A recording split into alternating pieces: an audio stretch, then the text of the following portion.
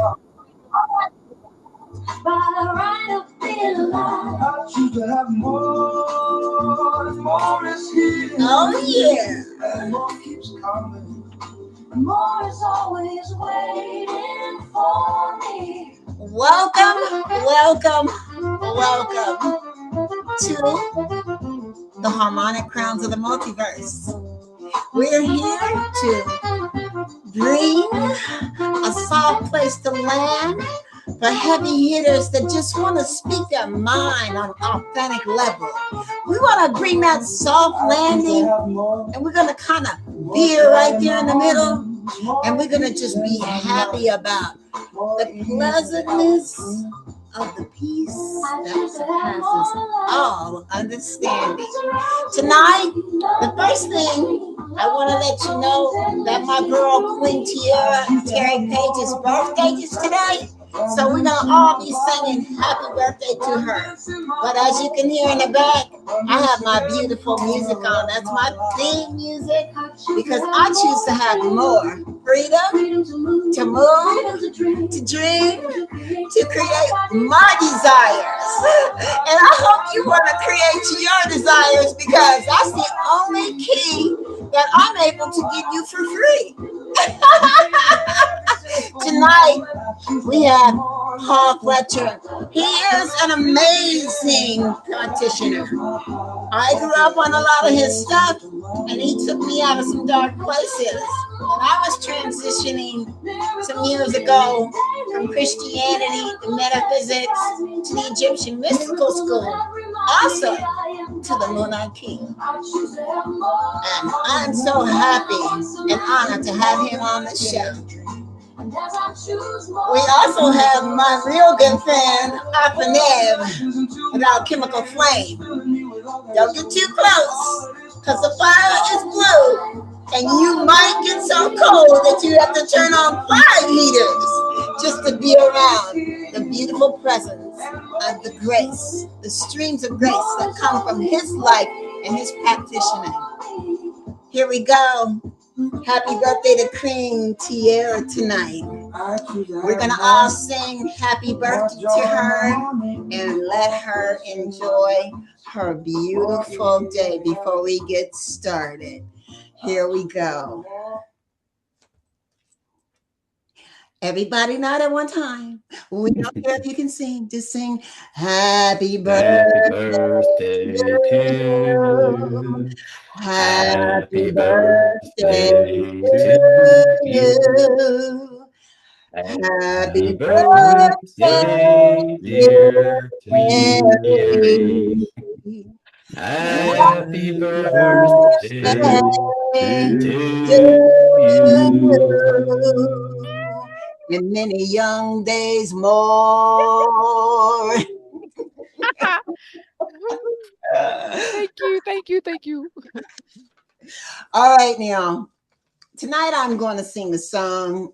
When I'm working, sometimes I sing this song because there is a picture of Mother Mary on an outlet in the data center that's just sitting there and nobody touches it. And when I go through these different doors, I go through different dimensions at my job. And I know that I was brought there to walk through these different dimensions and bring light into this place where they hold all the medical files and records and all the data for the patients that are being seen in every medical center in Kaiser Hospital. And so when I'm walking through there, most of the time I'm doing the violent fire prayer. But one day, as I was suffering through getting to be known and being trusted at that job, I walked in and saw the little Mother Mary on the little thing where they plug the wires up into, and nobody, I walked for a week to see if anybody was going to touch that Mother Mary. And one day I walked through there and all I could hear was, Mother Mary comes to me.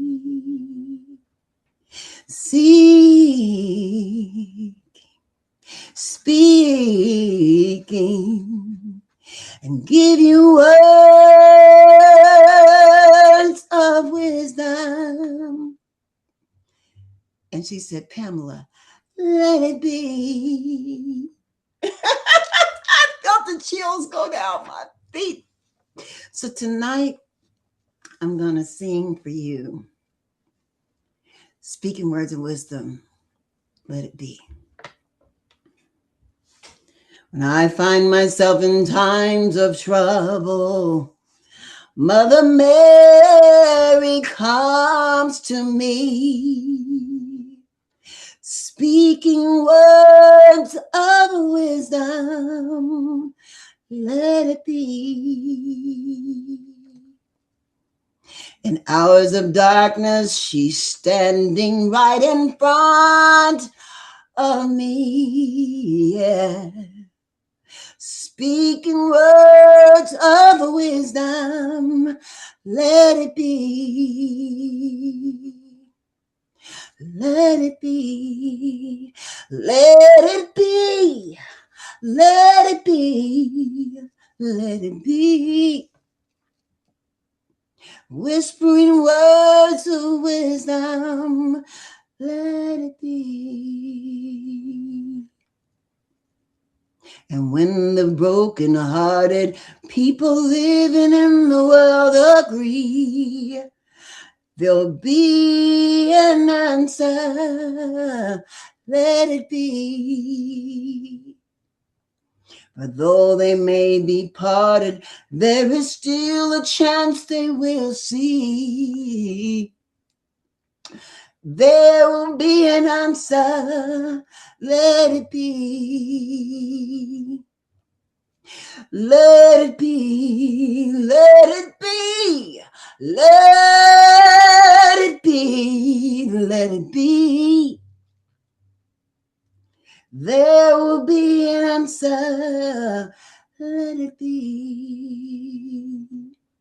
Let it be, let it be, let it be, let it be. Whispering words of wisdom, let it be. And when the night is cloudy, there is still a light that shines on me. Shine until tomorrow, let it be. I wake up to the sound of music, Mother Mary comes to me. She said, speaking words of wisdom, Pamela, let it be. Oh, let it be, let it be. Let it be, I said, let it be. Whispering words of wisdom. Whispering words of wisdom. I'm whispering words of wisdom. Let it be. Yeah. Beautiful. Thank you.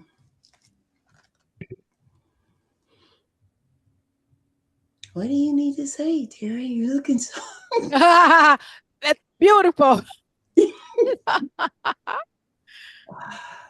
As we continue this beautiful halo rise, as we've been traveling upward instead of downward in this shining that has been unraveling and unrevealing our remembrance, I thought this would be a really good occasion for these two gentlemen to come together and shine the light on this period that we're walking through.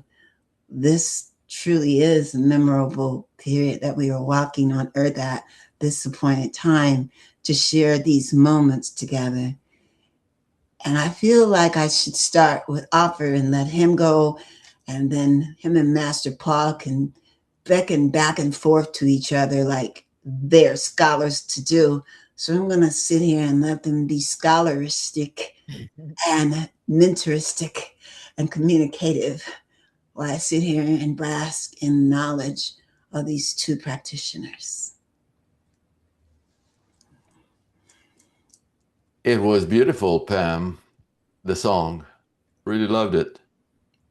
Uh, I don't know if we have a topic. Is Oh, there yeah. Tell them anything? the topic. Tell them the topic. Tell them the topic, Master Paul. Tell them the topic. I'm going to need to hear it one more time from Terry. I got it halfway. Okay. Okay. Here we go. Soul mission alignment. How to align with the atmosphere of your soul and bypass the atmosphere of the worldly distractions. Yeah. Okay.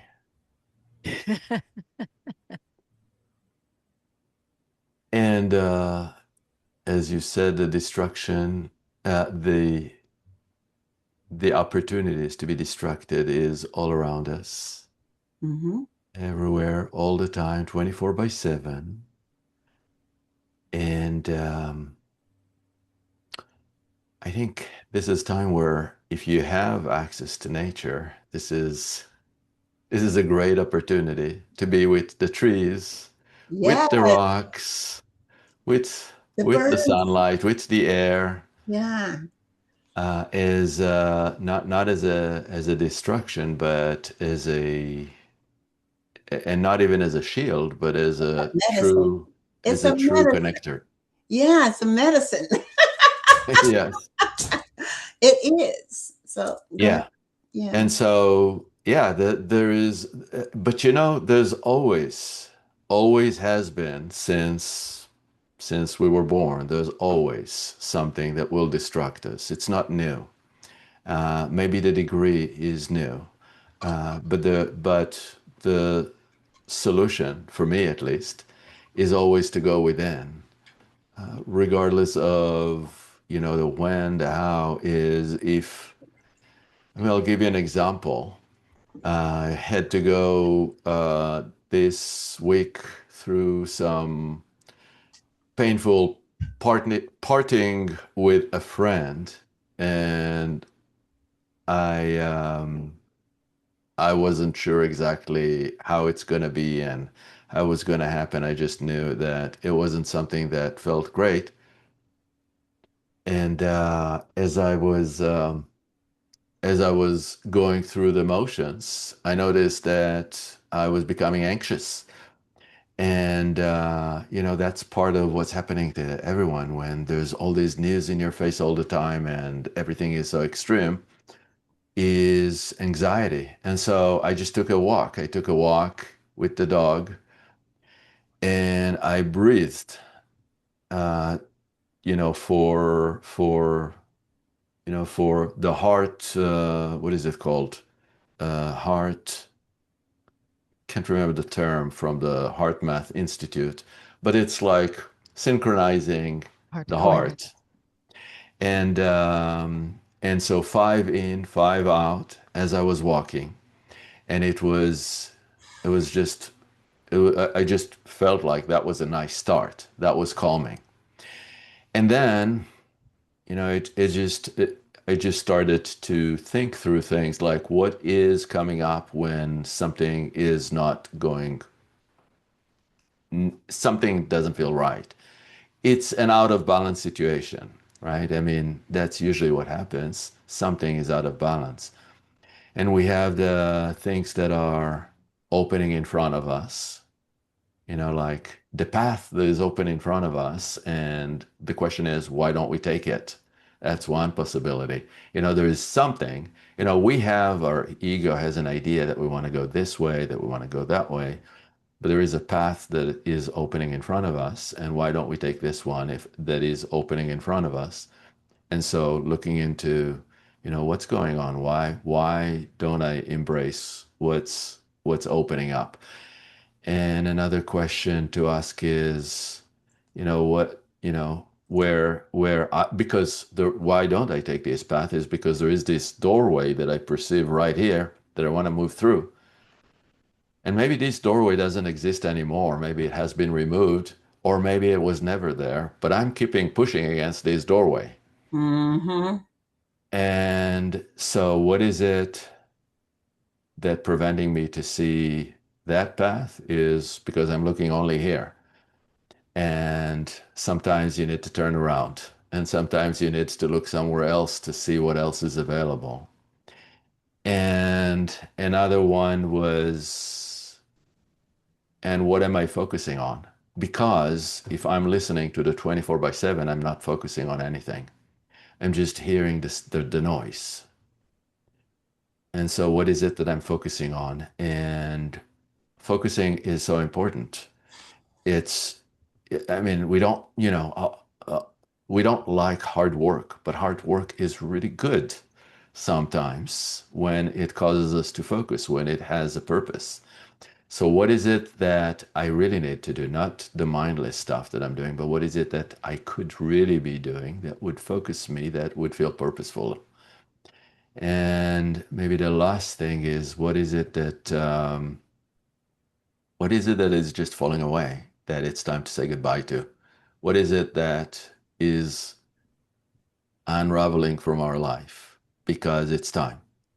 And maybe I'm not ready to say goodbye, but not saying goodbye is not an act of kindness, and the issue is not going away either. And so all that in my face, and I'm walking, and just naturally I started to feel good. And I wasn't thinking much about it. It was not an intellectual exercise.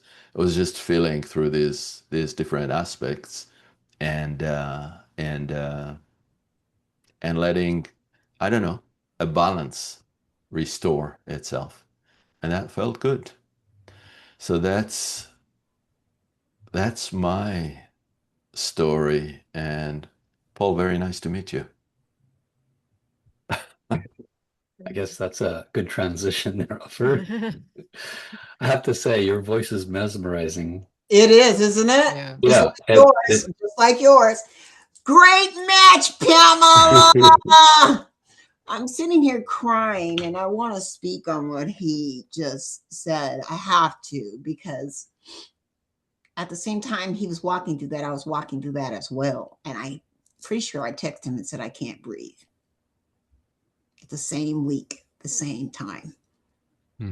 And you know what I'm talking about. I do. It's been very hard. And I won't say it's been very hard, but it's been difficult. And, you know, I'm kind of happy with Pamela, even though it's been exhausting. You know, sure, your heart wants to break, and then your heart wants to sing at the same time. And it can be confusing while you're actually doing 50 other things in 50 other dimensions. So yeah, it was not a beautiful, and it still is. The residue is just, you know, and the getting used to is just, and you know, there's like 50 other thousand doors open for you. And like you're saying, you're still trying to hold on to that one freaking door. Like, what do I need that for? You know, but the sadness of it all, you know, I think as humans, that's our part, is we don't know how to let go. And I think Mother Mary was telling us, let it be. Just let it be. Feel the pain. I'm feeling it. Yeah, there's something about accepting that what is, and just because we will it to be different doesn't make it so. And that acceptance alone, you know, maybe it's not gonna make you feel great, and maybe it's not about feeling great either. But it is real. It is about being real, feeling real, and sort of being on purpose. I know. Like, I think I told someone today, I think the greatest thing in life is like to be in touch with yourself completely. Like, That would be one of the other teachers I listened to refers to that as being authentic. And when he went into describing being authentic, it was different than what I would have defined it as. And I'll try to paraphrase it as best I understood from him. He's a very awake soul. And he said being authentic is not changing the way you react or respond towards yourself or another so that you can be liked or approved or any variation of that. And it's you'd have to be sleeping under a rock if you were unaware that the entirety of humanity is being forced into awakening on some level. And it's creating a tremendous amount of objectivity of what's happening in their world. And they're either running away and justifying it, or they're facing it in the suffering, much like what you're dealing with right now, Pamela. And Eckhart Tolle brought in, being in the present moment, and but it's coming back around to that general consciousness of presence. And presence is authenticity, and presence is being with that emotion without a judgment, without a criticism, just being with it. Because if you don't, then it leads to depression. It leads to many of those other, facets, which are currently taking over 40% of humanity. And ultimately, looking at the subject matter that Terry brought up, following your soul's guidance. How do you follow your soul's guidance if you can't even hear it? okay. And Ofer always talks about that with me. Listening to your own soul. I've had so many great teachers. You guys have all practically been on here too, but you two are more in the same frame of, you have so much knowledge. Terry, tell them what I'm trying to say. Yeah, that you two have this energy or aura that emits from you that makes people feel very, very safe and comfortable to just be. And when you speak it, it's like, oh gosh, I got it. Okay, I've got it. Even the gestures without the words, it's like there's a presence, and it goes right in. Yeah. It goes right in, and it with few words. Because I've worked with you before, often. It was like, all you said was a few words, this thing and that. I'm like, and I was like, okay, to open your heart more and go where your heart is leading you. And that was it. That was the answer. And everything after that was like, oh man, ooh, everything just started happening. It started working. Yeah. And they work quick. They don't. Yeah, quick. Yeah. It's not like shamans I've had to be with them for 2 hours, and some shamans I've had to be with them for 3 hours. I mean, I've had a lot of, people that I know, Ecuador, all the, the above. And, but yeah, and I think they all the energy comes together from different practitioners, as well as yourself already being a practitioner. If you weren't, you would not be the practitioners would be drawn to you. So it's like, yeah. And so I said, I didn't know Ofer was going through that. But I didn't know either until it happened. I think about it, Ofer. Yeah. I did know, because you kept coming up to me. I kept hearing you all week, like all week. Did I text you and ask you, are you okay? Is everything good or something like that? But then I texted you one night and I said, I can't breathe. And I said, we talked about this. But, sometimes I think we work on people and the symptoms and stuff that they have, we're getting ready for when we go through it.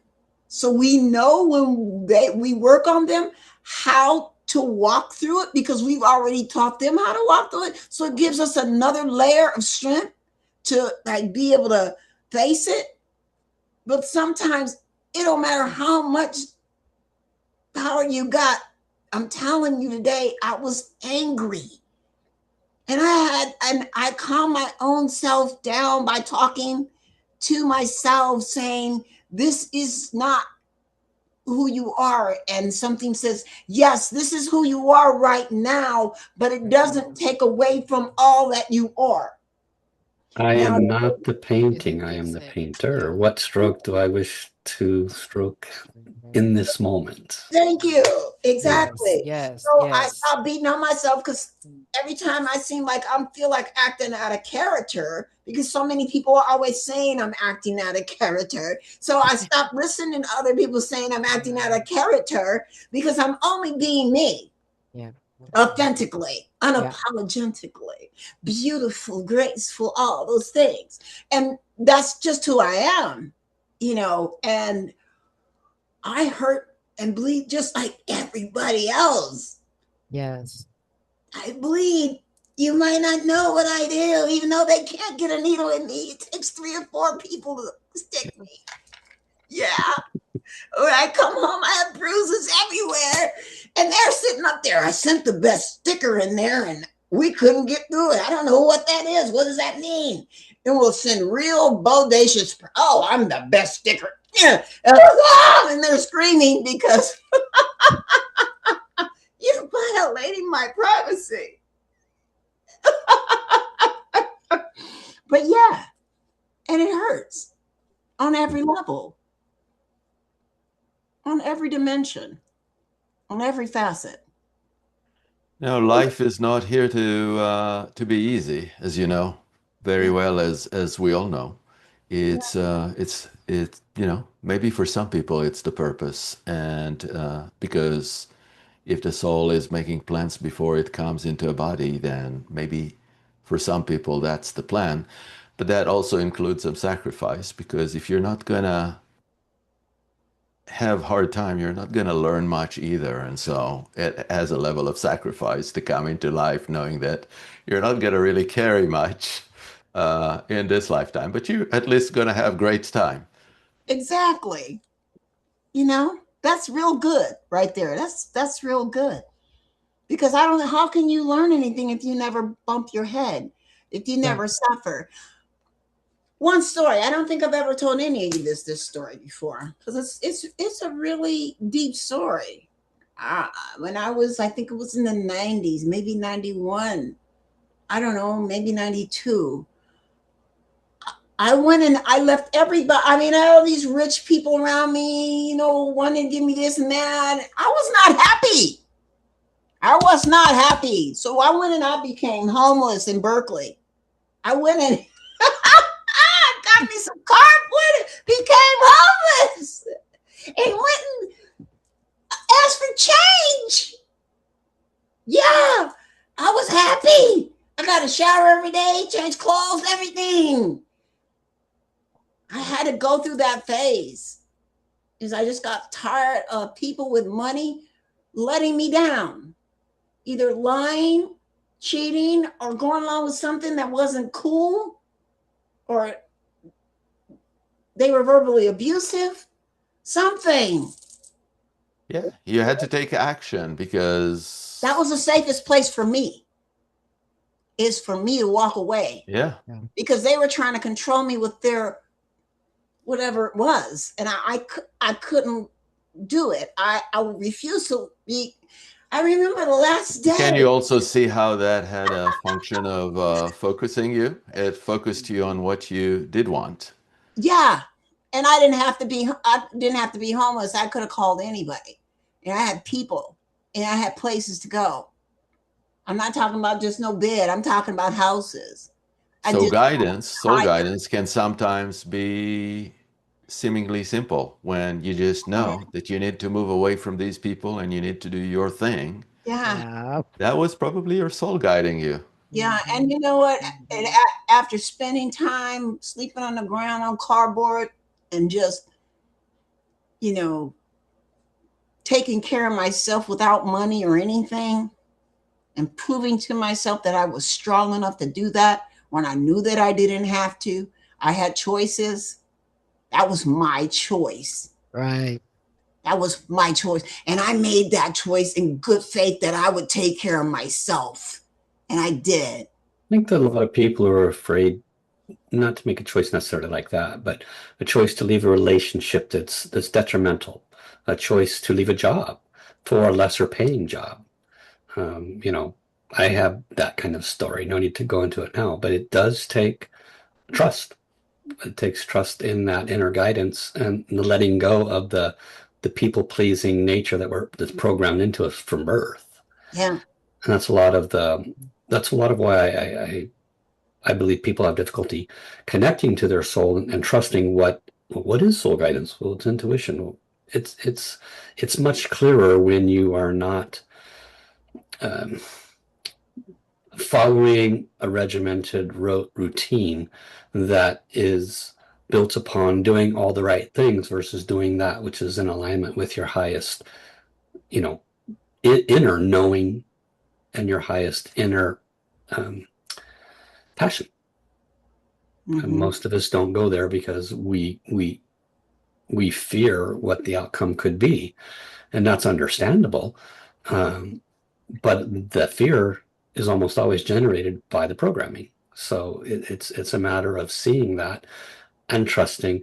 The biggest dilemma that I see with humanity that all of us have to go through, there's 8 billion of us, and there's 8 billion paths to enlightenment. And ultimately, that path for each person is going to be unique and different entirely.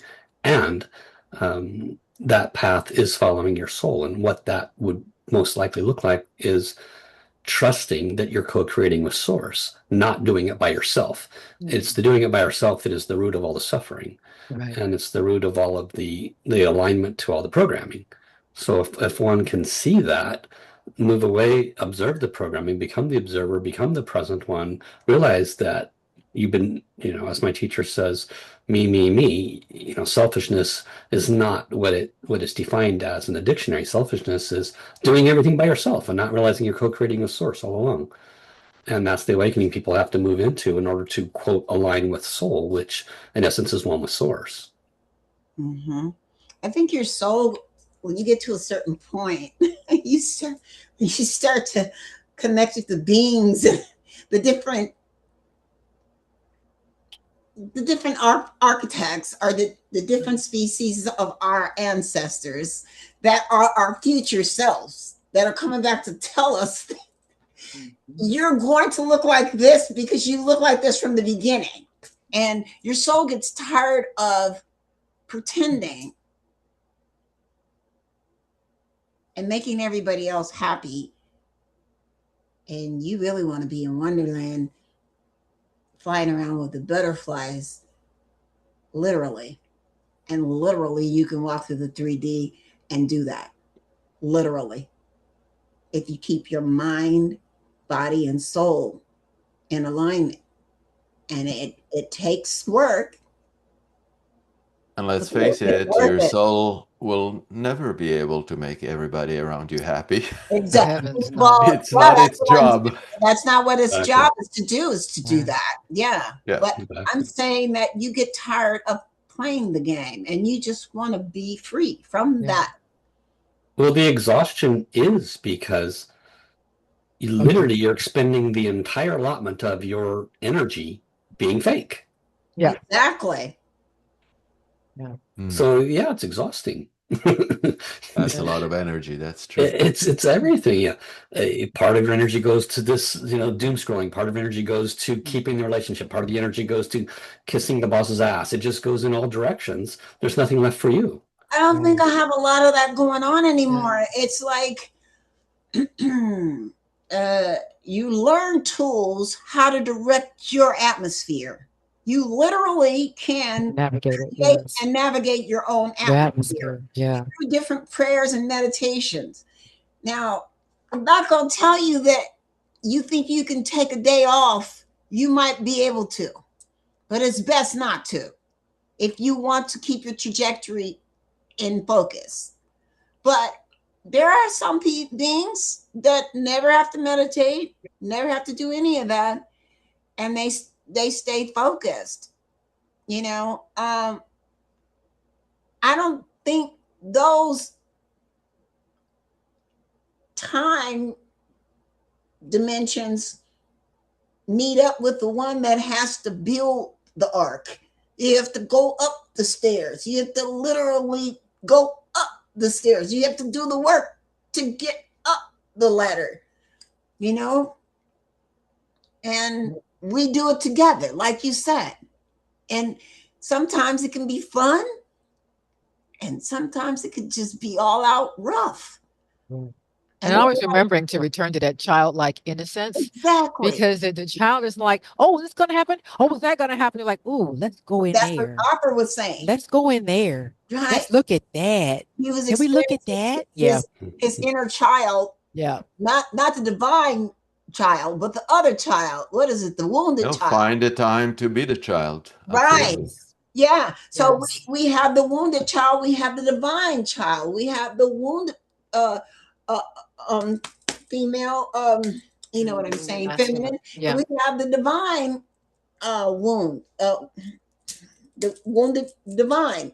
You know. And going back to something that Paul was talking about, the fear that if we do the thing that we want to do, then then it's very risky. Then what will, what's the downside and what will be taken away? And that's and that's the tendency of our minds to operate within a very very scarce city kind of reality where things are not, things are available, but only available in somewhere, and they're not going to be available in another way. And if I do this, then this is not available. Where in reality, in realities, in plural, there's so many realities. There's so many timelines. There's infinite possibilities. That's what our show was like last week. It's just like, that's why the optimism continues to roll on top of me. In my third eye, I'm constantly feeling optimistic. And that's what's, I think my whole life, like I said, being dead 7 legal times, that's no joke. You think about that. Just think about it. That's on paper. Think about that every time.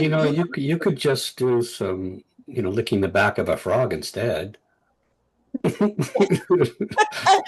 You don't need to have an accident to have an NDE. Yeah, right. That's right. That's that. I wish I would have known that Absolutely. at 12, 13, and I don't know the other ages that are on there, but yeah, I know the last time was in 1992. That was my last step. But yeah, I wish I knew then. But see, I don't think that this life was that. I think that even from the beginning, I came in not wanted. There was some rejection and some disappointment, and there was some unworthiness and a whole bunch of stuff that I had to clear up in this lifetime so that it can be done. I saw this morning a YouTube video where somebody was saying that somebody just got a Nobel Prize for proving that the universe is not real, that it's like a video game. And I don't know exactly the wording of the work of this scientist, but he got into, the parallel realities and how, you can't observe what's real because if you observe it, it changes, and how the quantum reality works. And it's fascinating to think that somebody, at least in the scientific space, even if they don't think, in, I don't know, shamanic or magical ways, they think about science and it leads them in the same direction where reality is not what we see with our eyes. I mean, that's one reality, that's one aspect, very small one probably of reality, but what is reality that we're so adamant about, that we are so attached to? What is it? Is it really is it really that, or it's so much more malleable where we can actually bring this authenticity that we're talking about into anything and be able to see that there is room for that in the reality that we're co-creating. There is room for anything that we want to bring. That's what I'm trying to tell you. Absolutely. My life, it's an example of that. I've stayed optimistic through everything. And now I'm at the opportunity level to have whatever I create. And if I can get there through everything I walk through, how many other people can go there too?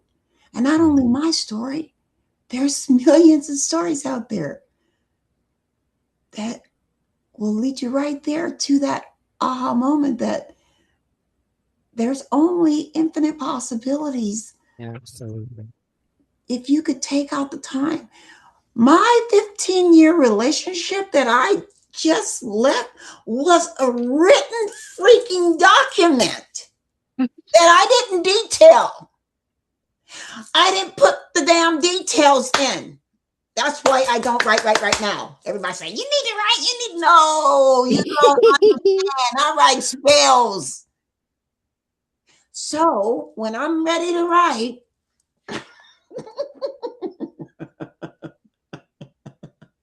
I'll write.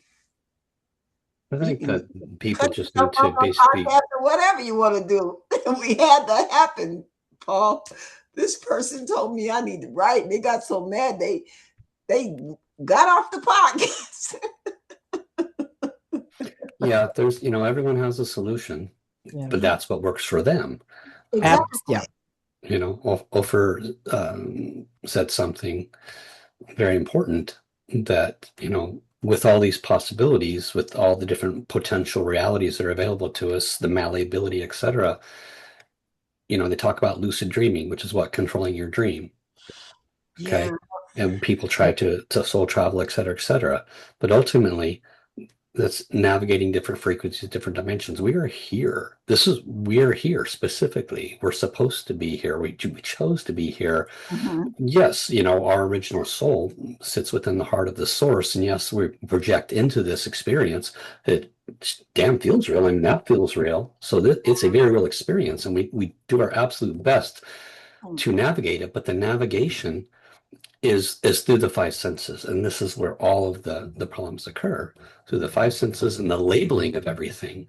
If we can get to the point of remembering that it's literally a terrible set of words, but it's literally a game that we can lucid control with source and redefine everything. Like money has been defined by everyone else, therefore we have lack consciousness. But if we realize we write our own rules, then there is literally no lack. But we have to be fully bought in on that at a level that's not a brain-related consciousness. It has to be at a level of knowing. So it's a process of getting to that, designing this reality consciously, purposefully, in alignment with our soul's intentions, because we're not going to be able to manifest a lottery if it's not in alignment with our soul's intentions. But if it is, because we have dedicated our heart to serve humanity and we have the plans, and then it could come. Absolutely, it could. But it would be a purposeful co-creation. It would be a purposeful, conscious manipulation of this experience.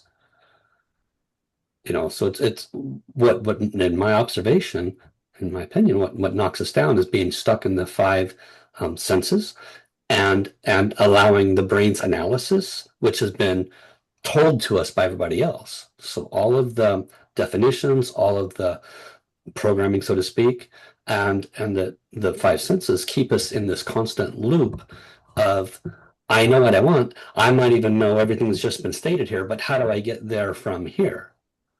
And how you get there from here, that's the process. But it is mostly about being present, just allowing past to have any effect whatsoever on the now. And same for future fear, worry, doubt, whatever, should have no effect on your now. And in that now, holding a vibration that you desire clearly and simply, and that in that space, living authentically. And it's easier said than done. I mean, I get my ass kicked all the time. Even though I know what I know, it doesn't mean it's easy to do necessarily, because we're unwinding an entire not one lifetime, but how many lifetimes of stuff that's imposing itself on you on a moment-to-moment basis. Right. And nevertheless, that's why when a Buddha sits in heaven, meditates, their soul standing might grow incrementally. That same Buddha that comes down here and gets their butt kicked will jump up an entire dimensional realm, for lack of a better statement, because they're down here doing the hard work, as is stated. But it's only hard when we perceive it as such. It becomes much less difficult when we put on the correct lenses. Yeah, perspective. Yeah. And the perspective can change the next moment because an email or a kid comes in the room or the boss or whatever, and so it jerks us back out of that conscious, correct perspective. But the one that is aware of that and constantly resetting their moments will be the one that survives this with the greatest joy and happiness, because that's what will allow, what do I want to do next? Well, when you're not leaving yourself stuck in the mind-based past or the mind-based future, and you're in the present, you can receive soul-based guidance and you know what's next. Why do you even have to want anything at all? Why can't you just be in flow? You know, you gotta go to the bathroom, you know, you gotta take a shower, you know, whatever you gotta do. Well, and you can be in flow, but it still does help to have an intention, because if you don't have an intention, I'm trusting the universe. I'm gonna. But that's also giving it up to the universe without an intention is like saying, okay, whatever you throw at me, I'll go with it. You need to be the co-creator. Yeah, I don't mean like that. I mean, you have your goals. You have what you feel. See, people sometimes I think they want to do stuff they're not good at. But see, when you find what you're good at and you know the creator, the omni oneness, the omnicentric, the omni clairvoyance has given you these different gifts. And I don't care if 10,000 people tell you, it's like they told Kentucky Fried Chicken, he would never sell any chicken. And now he ain't even selling chicken because that ain't his place no more, because it don't even taste like that. But I'm just telling you, don't matter. If 1,000 people tell you that you are Shrek and you know your name is Paul, I understand where I'm coming from. I do. Okay. So you have to know that you know yourself enough just to flow. Yeah, not let other people dictate your vibration ahead forward. And that's where I'm at right now. I see the warning signs and the flags coming, but I'm busy writing my own dictation, not actually putting on paper, because I know I can't put on paper right now. It's a spell. And I have to get over that fear of that. I've written stuff out and it's come to pass. So I have to write it out with the explicit details if I'm going to write it. Because see, even Terry, that's one of her modalities. She rewrites things. And me and her been doing that since we met. Things amazing things come to pass. Yeah. I mean, amazing. Like, yeah. Yeah. With the producer, director, the actor, the casting director, we're all of it in the stage play, and it's all in our hands to say, okay, so how would we like this to be? And that's all I've ever done, and not leaving any detail out, because many times people will tell you, oh, you ain't supposed to want that, you don't supposed to ask for that. Oh, who do you think you are? I said, listen, every detail, don't leave nothing out, even if it sounds ludicrous. Put it in there, and it all happens, and I've had the experience too with I asked God, so was it, oh God, when was this? Oh, okay, I've been serving you all this time, Lord. I like a mate right now, okay? Okay, this is back in the day. And then I happened to turn on Oprah, and she had I forget that woman's name. She was on there, and she said, if you want something from God, if you would like, then you write a letter, dear God, dear Father, I would like da da da da da da, and every detail you can come up with, and then sign it. Thank you very much, and sign, your loving daughter, Carrie, right? And put it under your pillow. So I said, okay, what I got to lose? Okay. So I did that. 2 weeks later, I had this dream. I seen these two guys standing next to each other. One I could see the full body, the other only the top Oh, up. God. And I'm like, who them dudes, 2 weeks later, my mother, and I saw the house and them in their house with the hardwood floors and all this stuff. I had no idea whether they were brothers or roommates. I didn't know. 2 weeks later, my mother sends me to a macrobiotic potluck that's right in the rich neighborhood right next door to us. So I walked. I wasn't wearing my glasses. I was trying to be cute. So I didn't want your. So I get in there and I'm sitting down. I'm eating out of the nut bowl. And these two guys, they come in the door. They say, hi, my name is such and such. Hi, I said, oh, yeah, I'm sitting eating my nuts on the street, right? And next thing I saw, one of them was sitting outside, was squatting like Asian people sit, okay? And he was giving some kind of a lecture. I'm like, oh, what's he talking about? I went out there, I sat before him and listened. I said, man, he full of wisdom. I love this right here. Then I go back inside, eat my proverbial watermelon. And then there's the other one that's over there dressed just alike. So it was like, oh, there's two of them. I just realized there's two of them. I'm not paying attention, right? And he's over there giving some kind of lecture, whatever. I'm like, oh, yeah, what's he talking about? The end of the evening, it got to air conditioning too hot. I'm falling asleep in the rocking chair. And somebody comes and puts their hands on my shoulders. Says, oh, I'm falling asleep. And they start massaging my shoulders. I'm like, who is this? It was one of them too. And my girlfriend, she said, since you walked, I'm going to take you home. Okay. I said, okay. I get in the car, no glasses. I don't know what's going on. I look up and I see something moving back and forth on the porch. I thought, oh, is that one of their bushes in the wind? Maybe it's the person. Well, if it's a person, I just went, I did that. Well, that person called me on the phone and asked me for a date. I'm like, oh, okay. I said, yes. I didn't know which one it was. I didn't care. I was bored. Okay. So he shows up. I'm like, oh, it's that one. He takes me to see Coming to America with Eddie Murphy. And I'm like, oh, and he brings me a picnic lunch in a basket. He said, is there a place to put a blanket? Is there a park nearby? I said, well, we couldn't find one close to the theater so we get there on time. So we just put it on somebody's front lawn. Didn't care, right? And he served me this fabulous food that he prepared himself. Okay. And I'm like, oh man, I am so impressed. And then after the movie, we sat in the car, we just talked until 6 o'clock in the morning. And he said, oh, by the way, I brought dessert. And I'm like, oh my God, right? I get home, my mama's tapping her foot at the door. Now listen, I'm 20 something years old. So I'm like, okay, nothing happened. Get away from the door, get away from the door. And fast forward, I ended up moving in with his family. He took me to his house, the house I saw in the dream. I saw the both of them standing next to each other. I'm like, oh my Jesus. I got so spooked, I tried to run and actually I got spooked. And then God said, that's where you're supposed to be. Quit running, you know. And in the first, we got together. I spent the night and it was thunder and lightning outside. I thought, oh, Jesus, gonna kill me. Oh, God, don't kill me. Oh, I was so freaked out. This is where I was supposed to be. And fast forward, we were together like 8 years, I think. And he was a practitioner, a healing practitioner. And we did all kinds of stuff. We did healing medicine for the people that came with this illness, this thing. And we taught them shiatsu massage. We did the whole gamut. They go back to the doctor. Doctor said, well, where did it go? So I'm wow. So I got trained in different modalities there. This was the person I was supposed to be with. And even when we split, he said, in the next life, perhaps, but you have a different mission now. And so do I. And I don't want to let go. That was rough doing that. But he said, I know who we are. And you've got a mission. And I've got a mission here. And even when I asked him, when he first asked me to move in, I'm like, nah, because I got my suitcase and I'm a model over here at the College of Art and Design. I'm not coming out there. I was so arrogant. And he says, okay, goodbye, Terry. I'm like, what? He said, just bye. Yep. Bye. And I'm like, what you mean goodbye? And some inside said, you fool, you better get your ass out there. Right?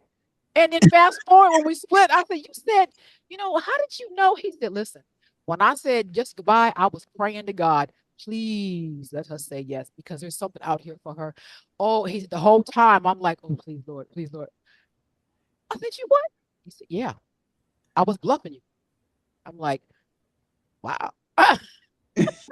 But so much magic transpired. There's so many synchronicities.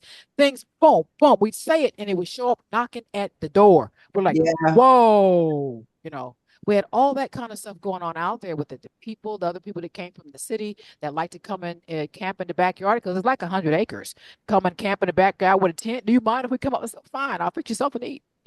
We had campfires, bonfires, all kinds of different things going on.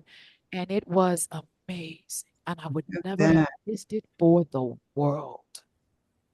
That's what I'm trying to do Yeah. now, is do something like that, but even on a bigger scale. But yeah, I want that. That's what I want. But I want it for all of us. That Everybody, all the people that, yeah, all of us.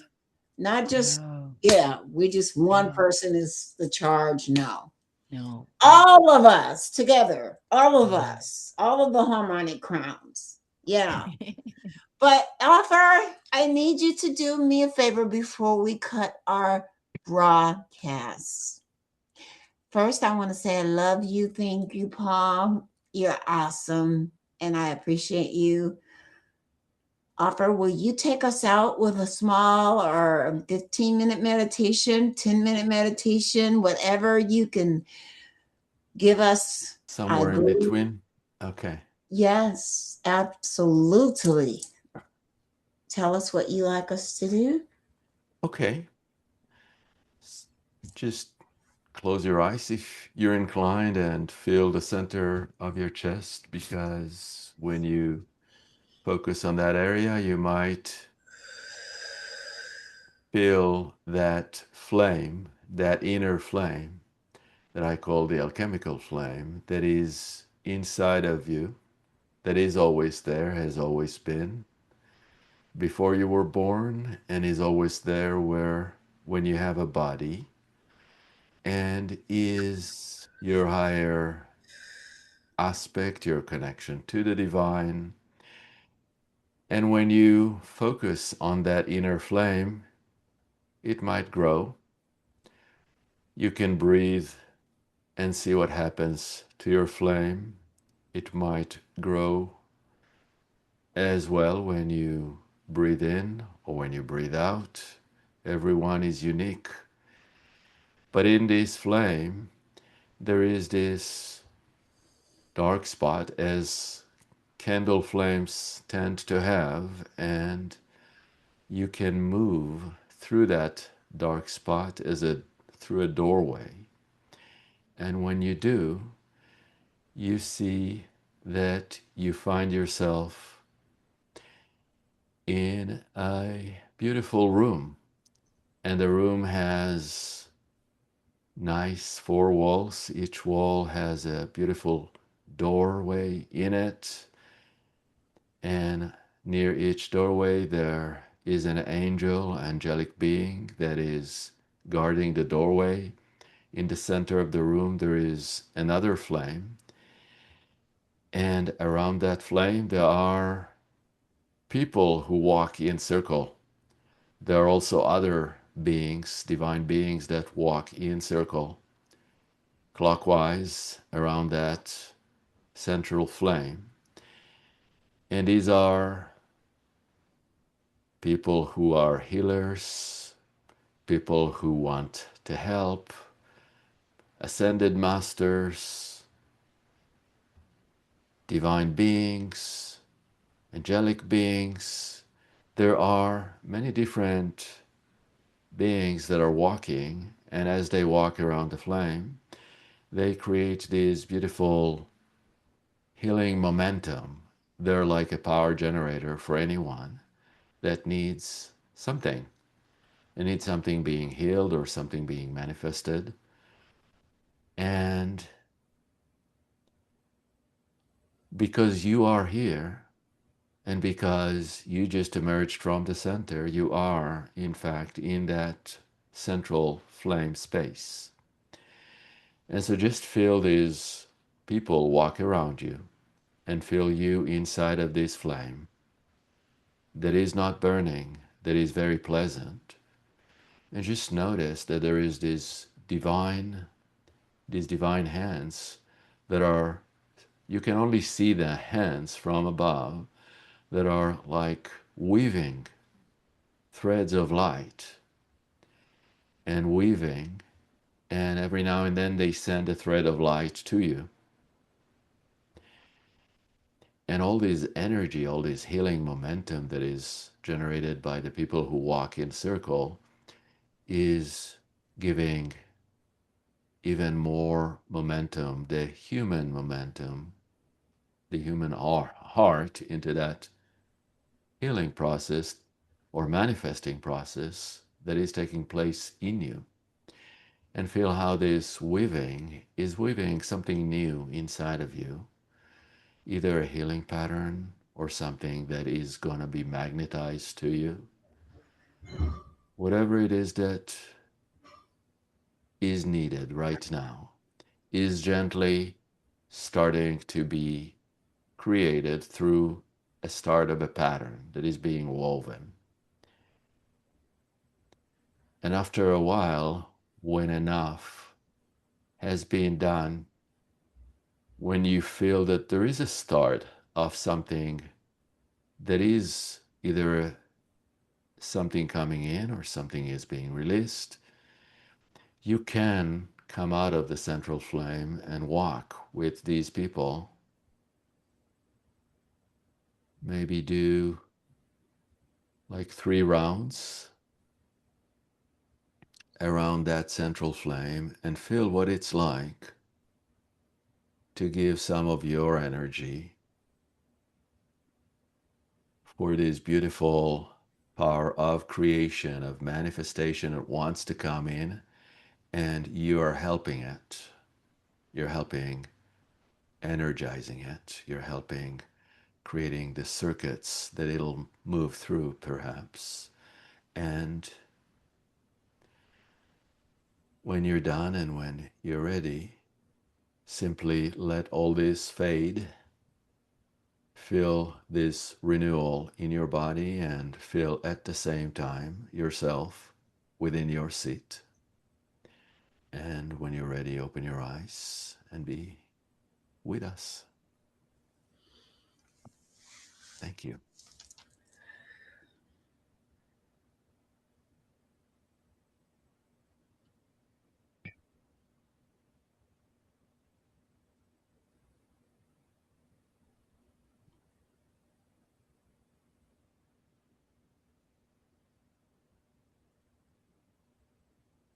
Thank you. Appreciate. Thank you. That was beautiful. That was beautiful.